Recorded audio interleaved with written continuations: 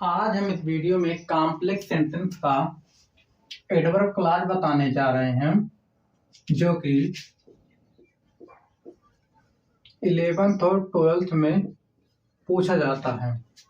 Adverb clause कैसे बनाया जाता है देखिए, अगर आपके दो सेंटेंस है यानी कि दो क्लॉज हो छोटे छोटे, उनको पढ़ने से सेंटेंस को पढ़ने से उनके बीच अगर टाइम यानी कि समय, प्लेस, स्थान, काज, कारण, पर्पज, उद्देश्य, कंपैरिजन तुलना, कंट्रास्ट विरोध, रिजल्ट परिणाम, कंडीशन शर्त, मैनर ढंग, ठीक, अगर उन सेंटेंस को पढ़ने से उनके बीच ये सभी चीजें आ रही हैं, क्या करेंगे हम एडवर्ब क्लॉज बना देते हैं। अगर आपका टाइम दिया रहेगा तो टाइम के लिए when, after, as soon as, before, then, till, until का प्रयोग करेंगे। अगर प्लेस रहेगा प्लेस के लिए where, wherever का प्रयोग कर सकते हैं। काज कारण की बात होगी तो because, as, since का प्रयोग कर सकते हैं। और पर्पल अगर उद्देश्य की बात होगी that, so that, lest, in order that, ठीक, का प्रयोग करते हैं। कंपैरिजन की बात होगी as, so as, then का प्रयोग करेंगे। अगर कॉन्ट्रास्ट विरोध या अंतर की भावना होगी तो although, though, even if या however। अगर रिजल्ट परिणाम का वो करार क्या तो उस सेंटेंस के प्रारंभ में दैट का प्रयोग करेंगे तथा दोनों क्लॉजेस के बीच में सो का प्रयोग करते हैं। अगर कंडीशन आ रहा है क्या लिखेंगे, कंडीशन के लिए इफ लगा सकते हैं, अनलेस, इन केस। और मैनर के लिए as if, as per, as per, so for as. अगर आपको सेंटेंस पढ़ने से इस प्रकार कोई भी इसमें से आ रहा है तो क्या करेंगे, उसी के हिसाब से अपना कंजंक्शन प्रयोग आप कर सकते हैं। ठीक, चलिए एग्जांपल में देखते हैं कैसे बनाया जाता है। देखिए, आपको समझाने के लिए यहाँ कुछ एग्जांपल दिया गया है ताकि आपको अच्छे से समझ में आ जाए। ये देखिए, he pursued the fox run faster. उसने लोमड़ी का पीछा किया और वह क्या हुआ, तेज से भाग गई। अब इसमें आपको देखना है, इसमें टाइम का बोध हो रहा है, प्लेस का, काज का, कंडीशन का, मैनर का या टाइम का, जो भी आपका बोध कराएगा, ठीक है, उसी के साथ जो कंजंक्शन आपका लगेगा उसी को हमें प्रयोग करना। चलिए देखते हैं। उसने उसका पीछा किया, वह भाग गई, ठीक। तो इसमें देखिए समय का बोध हो रहा है। क्या लगा है समय के लिए, आफ्टर, ठीक, प्रयोग करेंगे। तो इसमें चलिए प्रयोग कर सकते हैं हम, यानी कि जब उसने पीछा किया लोमड़ी के क्या हुआ, भाग गई। देखिए व्हेन लगा सकते हैं यहाँ, व्हेन ही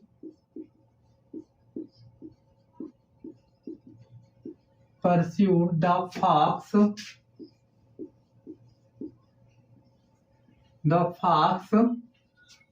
देखिए द फॉक्स रन फास्टर। यहाँ देखिए फॉक्स भी लिख सकते हैं, फॉक्स, या तो इट का भी प्रयोग कर सकते हैं, इट रन फास्टर, क्योंकि हमें इसमें देखिए टाइम का बोध करा। दूसरे सेंटेंस देखिए, do not eat too much you will be ill. अगर आप तुम ज्यादा खाओगे क्या होगा, तुम बीमार हो जाओगे। यानी कि इसका एक रिजल्ट है, ठीक है, रिजल्ट है, परिणाम भी है, ठीक, और कंडीशन भी है। क्या लगा सकते हैं इसमें, देखिए इफ यू, यदि आप ज्यादा खाते हो क्या होगी, आप बीमार हो जाओगे। इफ का प्रयोग कर सकते हैं कंडीशन के लिए, if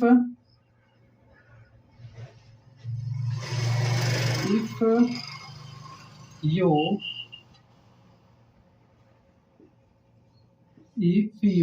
eat too much, if you eat too much, और दूसरा सेंटेंस क्या करेंगे, वैसे उतार लेंगे, you will be ill, you will be ill। ये तुम अधिक खाते हो तो क्या होगा, तुम बीमार हो जाओगे। He became the owner of the property his father had died। वह क्या हुआ, संपत्ति का मालिक बन गया, ऑनर हो गया, मालिक हो गया अपने पिता के मरने के बाद, ठीक। तो यानी कि एक समय था, समय क्या हुआ, समय बीत गया, उनके पद क्या उनके मतलब फादर एक्सपायर हो गए और वह मालिक बन गया। क्या लिखेंगे? After his father had died, after his father had died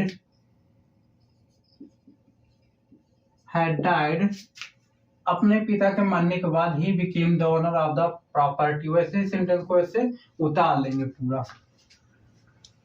You are strong, I am equally strong। इसमें देखिए तुम भी मजबूत हो, मैं मजबूत, कंपैरिजन हो, तुलना हो रहा है, ठीक है। एज फार एज, ठीक, तो क्या प्रयोग करेंगे? एज का I am as strong as you are, इसको डाल लेंगे, यू आर, यानी कि मैं साथ ही साथ तुम भी क्या मजबूत हो, ठीक। ही सक्सीड, ही लेवर्ड हार्ड, वह सफल हो गया क्योंकि उसने कठिन परिश्रम किया। काज कारण, क्योंकि कठिन परिश्रम के कारण ही वह क्या हुआ? सफल हुआ। क्या प्रयोग करेंगे? बिकॉज, तो he succeeded because he laboured hard.